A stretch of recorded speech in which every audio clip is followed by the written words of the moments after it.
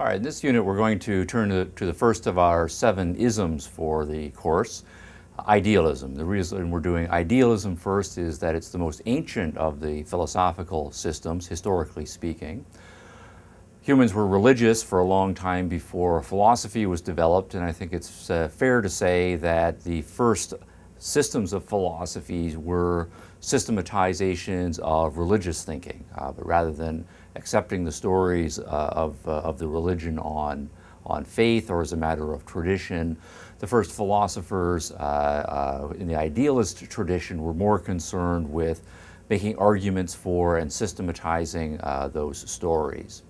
Now, idealism as a system goes back to the Greeks. The first great idealist philosopher is Plato, and there's a long line of idealist thinking spawned by Plato, many variations obviously on idealist thinking. But what they all have in common is an affinity for a religious way of thinking about the world. Whether they're explicitly religious or not, and however many ways in which they disagree with religion, most idealist thinkers will hold that the essentially religious way of thinking about the universe and our place in it is the right way to think about it. Now, idealism is, in this context, a metaphysical label. We sometimes talk about people being idealist ethically or politically, having a set of values that they are committed to. In this case, what we mean is that the stuff of the world is essentially the stuff of ideas and the kinds of beings that have ideas. That is to say, we're giving mind priority over matter, or the spiritual world, if we think of the world as populated by a grand spirit or several spirits who have minds. That is what we are giving priority in our metaphysical system, hence the label idealism. If we think, for example, of most traditional religions, particularly the Western religions, where we have a personalized divinity, God is conceived of as a giant mind or a great mind or an all-encompassing mind. And his mind has ideas, it has thoughts, it has plans, it has designs. And so we understand the world in terms of God's idea, right, for the world pre-existing it, and the universe and all of creation is an expression of that idea, hence idealism. Now, I want first to put idealism's major theses, the generic ones up in terms of the philosophical categories of metaphysics, human nature, epistemology, and ethics, and where necessary indicating major subspecies or major divides within the idealist tradition. But I want, for the most part, to stay as generic as possible in this long and complicated tradition.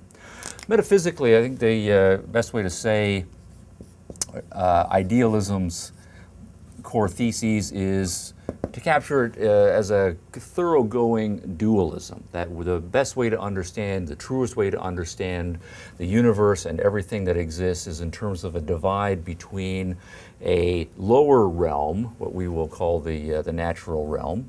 So there is the realm of nature, and then above, beyond, superior to, we have the realm of supernature. And in this dualism, there's a fairly systematic opposition between the two realms in terms of their various features. So we can say, for example, that the supernatural world is a spiritual world, right? Completely non-physical. The natural world, by contrast, is non-spiritual. It is, say, purely material or purely physical. The supernatural world is a realm of perfection, whereas by contrast, the natural world is imperfect or it's subject to various sorts of corruptions. The supernatural world is an eternal world. It's not subject to time considerations, say, or change. Why would it if it's already perfect?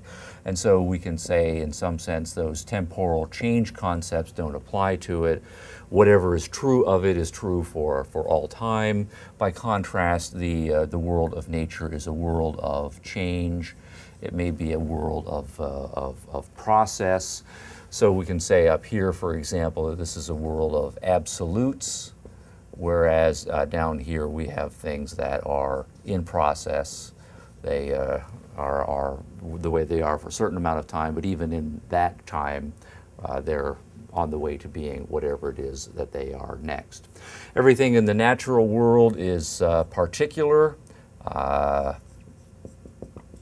By contrast, things in the supernatural world are more general. Down here we have a realm of, say, concretes in all of their traits. Up here, the perfect world is much more abstract and so on. So we have a fairly systematic then opposition between all of the features of the natural world, all of the features of the supernatural world. The supernatural world has a value component typically attached to it. It's the higher world, it's the better world. So we can add that here. This world is, by contrast, the lower world. And in many cases, there is a tension or an opposition between how things work in the natural world and where the natural world tends to go of its own right, by contrast, where the supernatural world goes and where it wants to go of its own right. Okay. That's a dualism on a cosmic scale, metaphysically speaking. I want next to talk about human nature from an idealist perspective. And as with most philosophies, the human being is seen as a microcosm of the macrocosm, the broader world here. And so what we will find in the case of a human being is a distinction within our nature. We ourselves are dualists. And so from our earlier discussion of dualism, almost all idealists are fairly thoroughgoing dualists in their view of human nature. So what we'll have up here is we'll have our soul, and then down below we'll have our body, or we might think of ourselves as having a spirit. Our body, by contrast, is purely physical. Up here we will have our mind, including in many cases, say, our capacity for reason, that being the thing that distinguishes us from the other animal species that are merely physical bodies, on various sorts. And down below here we will have our senses, which we do share with the other animals, but our senses are embodied physical traits and so forth. Now again, just as there is a difference of destiny, approach, goals, and so forth, metaphysically at the higher level, in looking at human nature, most, but again not all, but most advocates of idealism will hold that there is a conflict between these two aspects of our human nature. Naturally, our bodies have certain desires, certain drives for food, sex, drink, materialistic sorts of things. By contrast, our souls and spirits have at least the capacity with them for a higher destiny. If properly trained or if properly constituted, they're not interested in bodily things. Instead, their ultimate destiny and an ultimate yearning is to reunite with and come to know and commune with the higher world as well. So at any given point, the human being is torn by a conflict. Our body always has its desires and its appetites, and at the same time our soul has its desires and its appetites, but you can't serve two masters at any given time, and so one has a conflict. Am I going to satisfy a bodily urge, or am I going to satisfy a spiritual urge in this particular case? There's almost always a value judgment association with here. We can add that the soul is, of course, the higher element within us. It's that which we share in kinship with the higher realm metaphysically, and our body is the lower part of ourselves as well. And when we turn to the ethics of idealism, there are strong implications important here.